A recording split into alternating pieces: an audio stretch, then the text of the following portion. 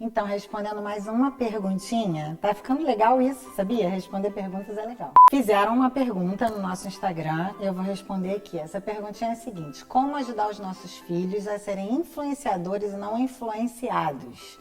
Ou como a gente lida com isso? Pois bem, vamos falar um pouquinho disso. Nós somos influenciados o tempo todo, né?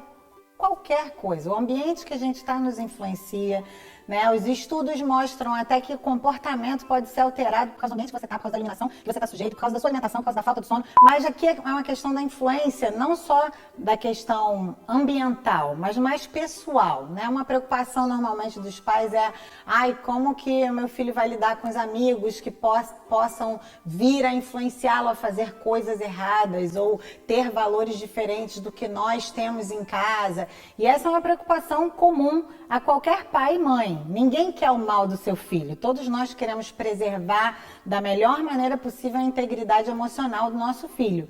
Bom, como eu fiz com os meninos, foi o seguinte: eu sempre entendi que é uma pessoa segura da sua identidade, segura emocionalmente, ela é muito mais propensa a ser estável nessa questão de ser influenciada e acabar tendo seus valores preservados. Então, eu sempre pensei que o caminho para que eu chegasse a esse lugar dos meus filhos serem influenciadores seria o caminho de construir uma saúde emocional, uma identidade emocional forte, apesar das peculiaridades de cada um.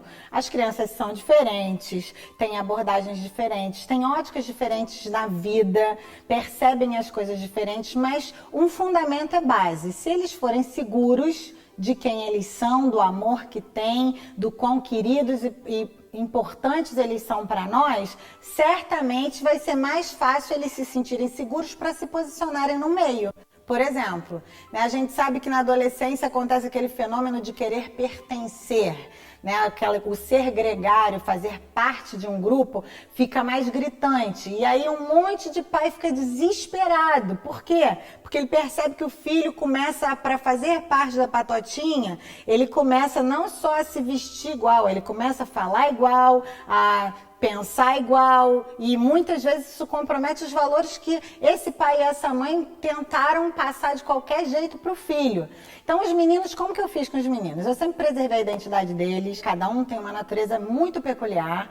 Nathan, eu sempre chamei ele de Courageous Nate, porque o Nathan, ele sempre foi aquele corajoso, quase suicida, porque ele era tão corajoso que ele botava a integridade física dele em risco o tempo todo, mas a coragem era algo muito aflorado nele e eu sempre valorizei isso. Eu nunca tentei tolhi-lo das suas aventuras, pelo contrário, mas sempre administrei para que não ocorresse um acidente e o meu filho acabasse prejudicando sua integridade física. O Peter sempre foi mais introspectivo, mais intelectualzinho. Eu brinco que ele é meu nerdzinho particular.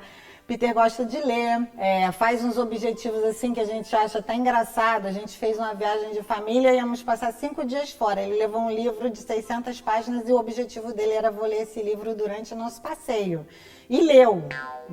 A gente de repente estava brincando, conversando, levantava o ser humano: vai onde, filho? Não, eu preciso e ler, senão eu não vou conseguir cumprir o meu objetivo. Ninguém nunca pediu isso, ninguém nunca exigiu isso, ele desenvolveu isso e a gente encoraja isso. Como encoraje? Vamos viajar? Filho, qual livro que você quer que eu traga? Né? Que livro que você quer? Tá acabando a sua saga de livros? Tá interessado em alguma? Tá sabendo de alguma? A gente procura saber o que tá rolando e tenta estimular. E o Ian é uma pessoa extremamente relacional. O Ian precisa se relacionar. Ele precisa estar com pessoas, interagindo com pessoas. E para isso, ele desenvolveu um mecanismo que é a simpatia e a afetuosidade. Quem resiste a uma pessoa carinhosa e simpática? Pois bem, o ser humano sabe elogiar, sabe aproximar as pessoas, faz amizade com qualquer pessoa. Então, dentro dessas características todas, eu tentei administrá-los de uma forma a fazê-los entender que, mesmo sendo diferentes, eles eram extremamente importantes e, mesmo tendo características diferenciadas, eles foram chamados para onde eles estiverem, eles serem pessoas do bem que os outros anseiam por estar perto. eles têm algo para dar para as pessoas e sempre valorizei o que eles têm para dar. Então, a forma que a gente pode conduzir, é óbvio que eu acredito que a maior agitação vem nessa fase mesmo da adolescência, que os grupos de amigos começam a ter uma maior influência, mas eu acredito que se a criança cresceu nesse ambiente seguro, de ter a sua identidade guardada, preservada, né? Eu nunca exigi que o Peter fosse como o Nathan, e nem que nunca exigi que o Nathan fosse como o Peter e o Ian menos ainda. Sempre procurei fazer com que eles entendessem que nós somos um time e que juntos eles vão muito mais longe. E outra coisa que eu sempre estimulei foi a aproximação em casa. Nós sempre conversamos sobre tudo. Sempre damos risada, sempre procuro fazer uma abordagem leve, mas muito pontual sobre como eu vejo as coisas que estão acontecendo. Eles compartilham as coisas que acontecem nos ambientes deles. Eu acabo sempre fazendo uma intervenção e alinhando com a forma como eu vejo a situação, como eu acredito, mas nunca transformando numa paulatinação ou numa coisa chatinha, não. A gente se diverte. Quando a gente senta para conversar, até assuntos sérios, eu falo sério, eles sabem na hora que é sério, mas depois a gente sempre faz uma brincadeira, a gente sempre conversa, e por isso eu creio que a gente conseguiu criar um ambiente onde existe essa troca. Essa é a resposta de mais uma pergunta do Instagram. Você pode continuar dando as suas sugestões, fazendo suas perguntas, que a gente vai continuar gravando programas para responder e atender a sua necessidade.